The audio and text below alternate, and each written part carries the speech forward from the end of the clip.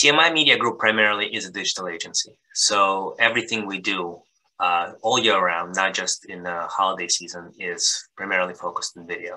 CTV has definitely been a really big focus of interest for us, and we've been building our direct partnerships with publishers around that supply.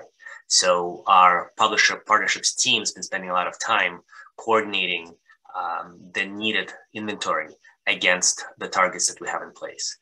Because we're health vertical, the way we target our consumer is very much reliant on the data sets that we get from our clients.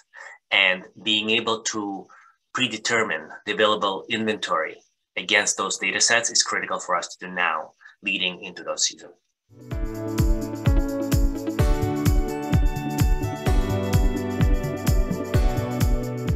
As a healthcare agency, we understand that our consumers consume the content that we want to be around across much more channels than they used to before.